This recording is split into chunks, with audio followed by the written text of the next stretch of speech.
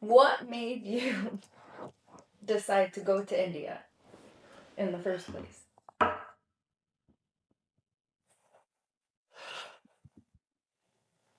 I went to India because I was in Thailand and it was a cheap ticket. Probably like had to be like $80 to go over to India. So I was just like, fuck it. Like, let me take advantage of it. Let me take advantage of going to another country. You got to think I'm in explorer mode at this time. I'm in explorer mode at this moment, and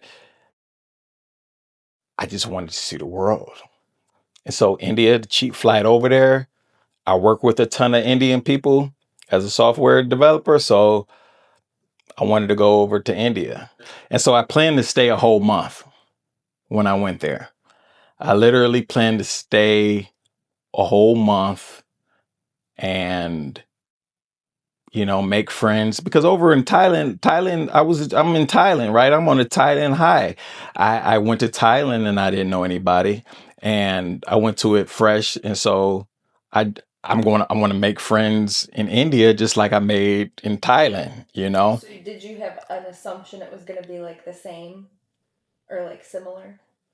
Well, yeah. Why would it be any different, right? Yeah. Well, like an assumption of what would be the same or similar. What do you mean, like making the So like friends or the yeah, so environment? like in Thailand, how you said it's just so welcoming and you made friends easily and that it's like how comfortable it is there. Is that what you were expecting in India?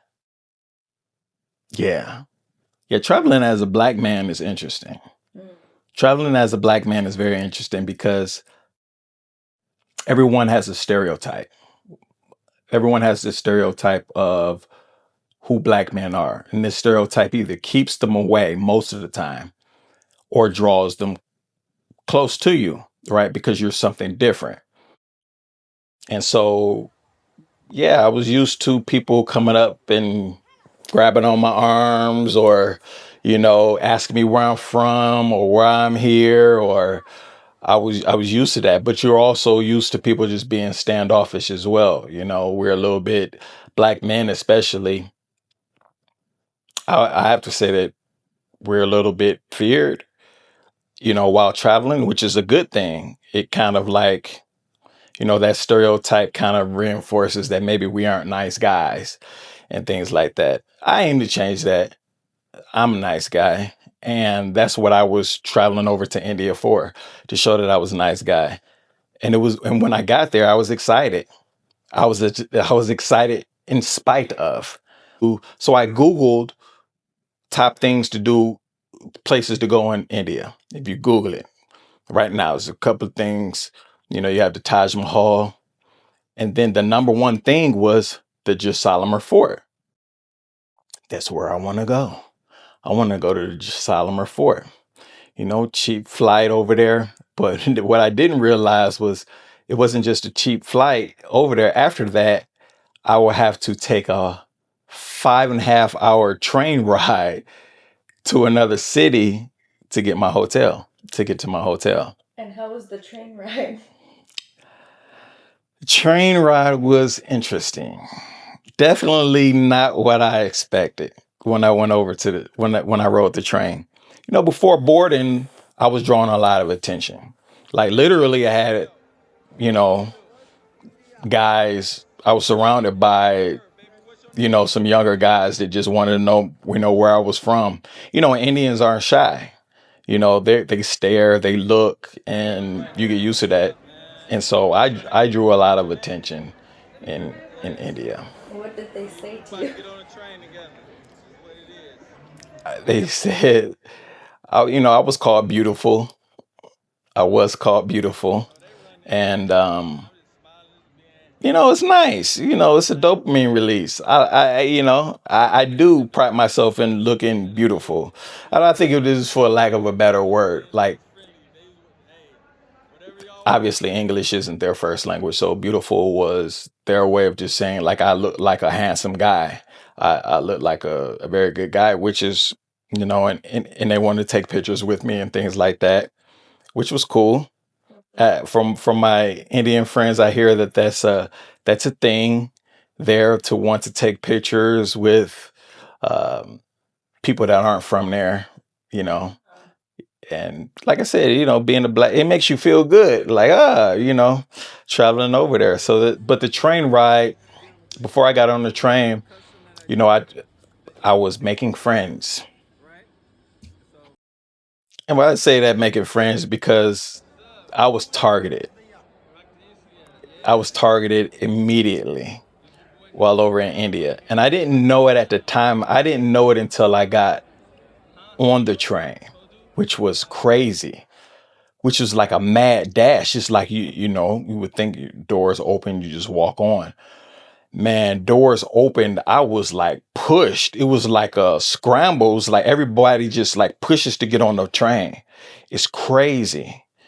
So I was pushed on the trains. I was just no seats, nowhere to sit. I'm standing up. I got my suitcase full of shit, full of expensive things. I got my work laptop. I have my personal laptop. I got a drone. I got a GoPro. I got another camera. I got a suitcase full of shit that I have to protect.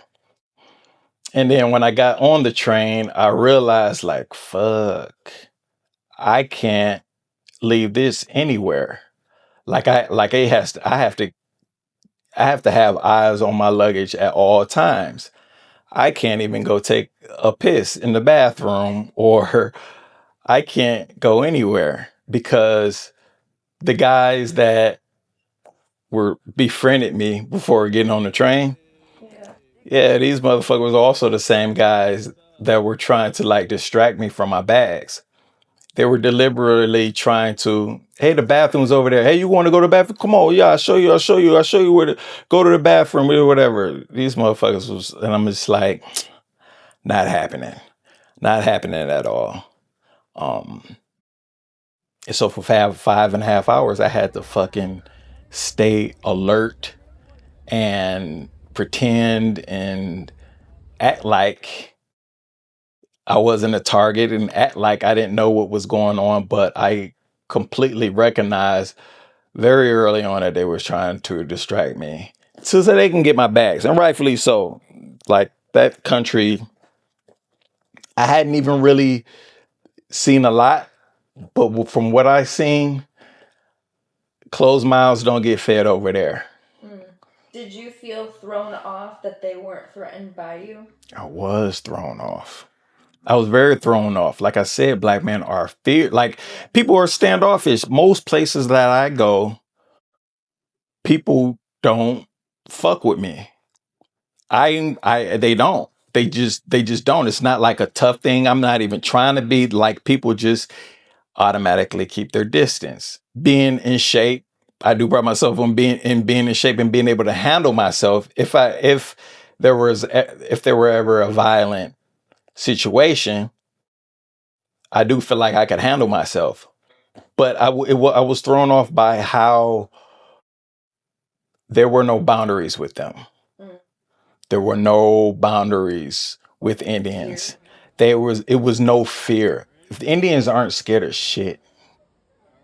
They aren't afraid. They were not afraid or intimidated by me at all. My size or anything. Literally before I got on the plane, the guy who was trying to rob me wanted to arm wrestle me. He literally wanted to arm wrestle me. Indians aren't scared of shit. He wanted to arm wrestle me before we even got on the train. And then right after that, I guess he just decided after I beat him in arm wrestling that he's gonna fucking, yep, this is the guy. So it's a few different other guys that he was working with on the train. I'm just like, so I have to act like I don't know what the fuck is going on. I have to act like you know what I mean? I gotta sit there and, I didn't really have to piss at the time, but I would have liked to go piss if I needed to. Yeah. But I have to stand up the whole 5.5 hours. It was hot. It was sweaty. They were passing in water from through the window. It was hot. It was smelly. It was smelly. What was the smell? Oh shit. curry mixed with ass and balls. That's what it smelled like. It was curry mixed with ass, balls, and onions. It was an ass ball, onion curry stew aroma in the air. Um, but after you got off the train, there was a ass balls, curry, and cow shit aroma that was in the air. And it was every fucking where. Oh, that motherfucker did not disappoint.